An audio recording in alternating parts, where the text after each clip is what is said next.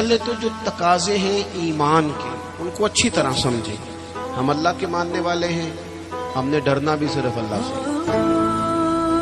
ہم نے کسی سیاست کر کے، کوئی تدبیر کر کے، کوئی چالاکی کر کے آگے نہیں جانا، اللہ کی ذات پر بھروسہ رکھنا. کچھ دیر سے کامیابی ہو جائے گی لیکن کوئی چور رستہ نہیں اختیار کرنا. یہ امت کے لیے سبق ہے کتاب و سنت کا. ہم نے دنیا داروں پر، سیٹھوں پر، نوابوں پر، لوگوں کی جیبوں پر بھروسہ نہیں کرنا، اللہ کی ذات پر بھروسہ کرنا. توحید بندے کو مضبوط کر دیتی ہے، ایمان آدمی کو مضبوط کر دیتا ہے، انسان کچی پکی باتیں چھوڑ دیتا ہے.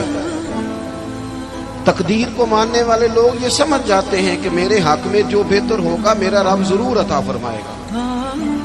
مضبوط ہو جاتا ہے بندہ. حضرت عبداللہ ابن عباس رضی اللہ تعالیٰ عنہ فرماتے، نبی پاک صلی اللہ تعالیٰ علیہ وسلم نے مجھ سے فرمایا کہ عبداللہ ایک بات یاد رکھنا، اگر ساری دنیا مل کے بھی تیرا کچھ بگاڑنا چاہے اتنی دیر تک بگاڑ نہیں سکتی جب تک رب کی حکمت نہ ہو.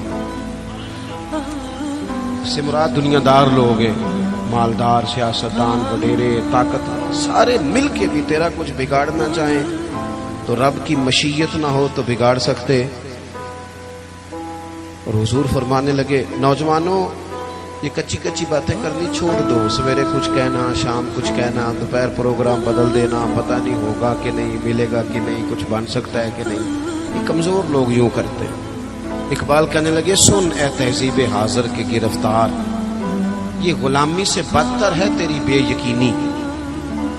غلام نوکر کی کوئی زندگی نہیں ہوتی، لیکن جو بے یقین لوگ ہوتے ہیں نا، کچے پکے یقین والے، وہ غلاموں سے بھی برے ہوتے ہیں. حضور علیہ السلام نے فرمایا، ساری دنیا مل کے تیرا کچھ بگاڑنا چاہے بگاڑ نہیں سکتی جب تک رب نہ چاہے. اور میرے کریم فرمانے لگے، سارے مل کے بھی تیرا کچھ سنوارنا چاہیں تو سنوار نہیں سکتے جب تک رب کے فضل کا تقاضا نہ ہو. ایمان کی مضبوطی، یقین کامل، اس حسن کو اپنی زندگی میں پیدا کریں. جب مصلی پہ بیٹھیں گے، نماز پڑھیں گے، دعائیں اللہ سے مانگیں گے، اس کے نیک اور پارسا بندوں کا طریقہ یہی ہے.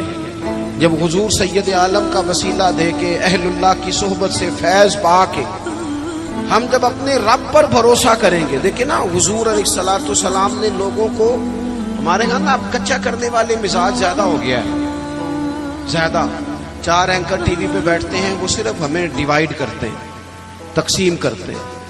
4 مختلف رائے، چاہے مختلف لوگ دیتے ہیں. سویرے بندہ فیصلہ کرتا ہے کہ پتہ نہیں کون ٹھیک ہے، پتہ نہیں کون صحیح کہہ رہا ہے. ڈیوائیڈ، تقسیم. ہمارے ذہنوں کو بری طرح بانٹ دیا گیا.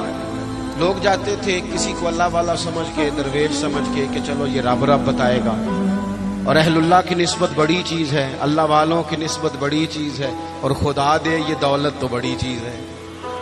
اللہ کا بندہ تو بندے کو مضبوط کرتا ہے نا. لیکن آپ چلے گئے، بابا جی میرا کام نہیں چلتا، تو بابا کہتا ہے تجھے تو کالا جادو ہو گیا. وہ خدا کے بندے مسلمان ہیں، مومن ہیں. اگر کسی وقت کوئی بد نظری ہو بھی گئی تو نبی پاک نے بتائی نہیں سورۃ بقرہ. ہم کمزور پڑ جائیں، اور جی تینوں کسی نے کچھ کیتا ہے، اب کوئی تو دشمن ہوتا ہی ہے نا، ساری رات بندہ اپنے شریکہ برادری پہ شک کر کے گزار دیتا.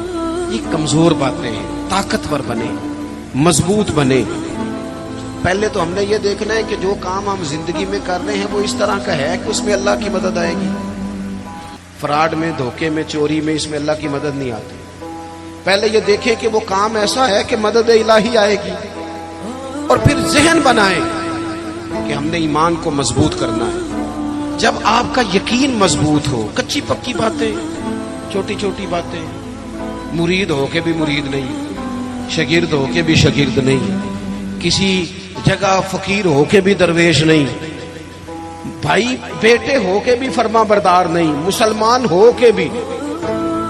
یا ایھا الذین آمنوا آمنوا باللہ، اللہ کہتا ہے او ایمان والو ایمان لے آؤ، او ایمان والو ایمان لے آؤ. اقبال کہنے لگے، خرد نے کہہ بھی دیا لا الہ الا اللہ تو کیا حاصل، دل و نگاہ اگر مسلمان نہیں تو کچھ بھی نہیں، کچھ بھی.